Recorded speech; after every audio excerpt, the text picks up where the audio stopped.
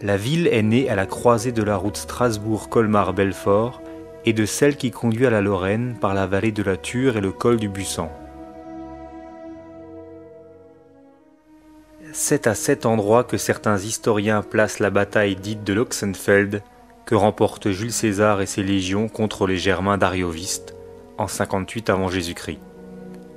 Cette victoire contribue à la romanisation de l'Alsace dès les premiers siècles de notre ère.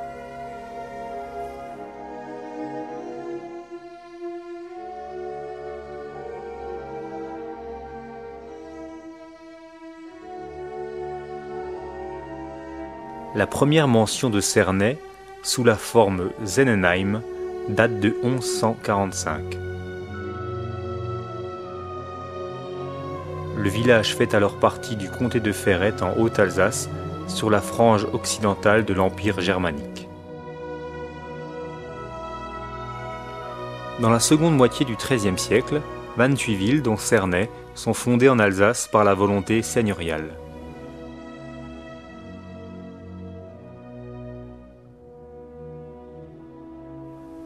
Les habitants se rassemblent en un lieu protégé sur la rive gauche de la Thur pour y exercer des activités artisanales et commerciales. Ils obtiennent ainsi certains avantages, droits de marché et de péage par exemple. Les bourgeois participent au gouvernement de la ville. En 1324, la ville passe sous domination autrichienne. Elle est administrée par le chevalier Ulrich de Ferrette. Elle s'enrichit principalement grâce au commerce du vin et à son important marché aux bestiaux hebdomadaires.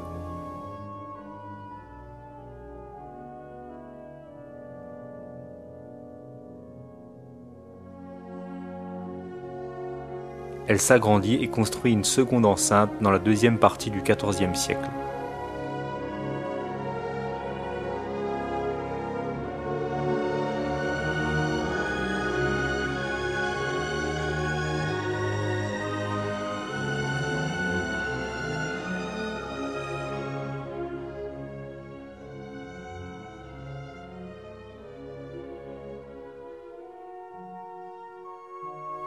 Un conflit politico-religieux embrase tout l'Empire à partir de 1618.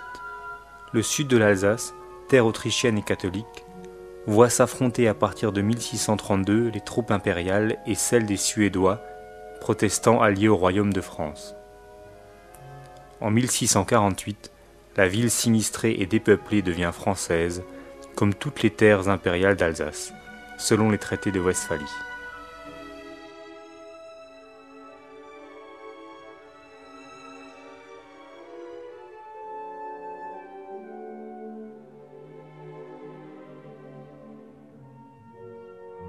En 1789, portes, tours et fossés sont vendus comme biens nationaux.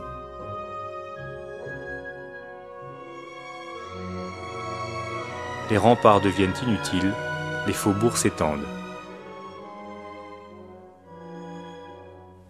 Cernay est alors une ville-étape active, peuplée de 1450 habitants environ.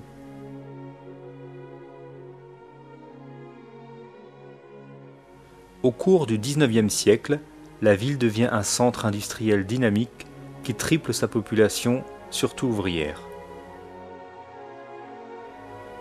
Des manufacturiers mulhousiens, Zürcher, Rissler, Wietz, implantent des usines textiles le long de l'ancien canal des Moulins. Impression sur tissu, filature, tissage. En 1839 est ouverte la première ligne ferroviaire alsacienne Mulhouse-Thann, qui contribue à son développement. Entre 1871 et 1918, Cernay devient Senheim dans l'Alsace annexée par les Prussiens.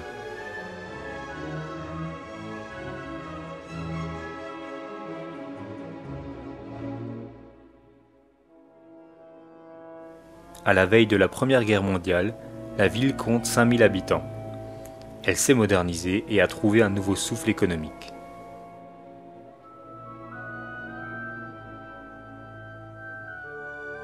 Proche de la ligne du front, la ville est détruite à 90%, comme les villages voisins.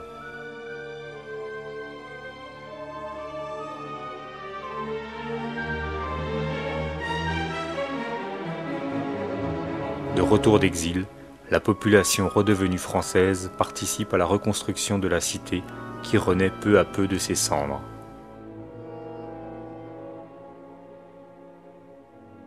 La Deuxième Guerre mondiale apporte un nouveau lot d'épreuves. La germanisation et la nazification de la population débutent dès le 18 juin 1940. La ville est libérée le 4 février 1945 par la première armée du général Delattre de Tassigny, après d'âpres combats qui font de nombreuses victimes, civiles et militaires. Durant la seconde moitié du XXe siècle, Cernay a surmonté la crise de l'industrie textile des années 80 et a poursuivi son développement économique et démographique en diversifiant ses activités, principalement sur la rive droite de la Thur. Aujourd'hui à l'étroit dans sa communauté de communes qui regroupe Steinbach, Uffholz et Wattwiller, soit environ 15 000 habitants, elle engage son avenir à l'échelle du pays Thur-Dolère.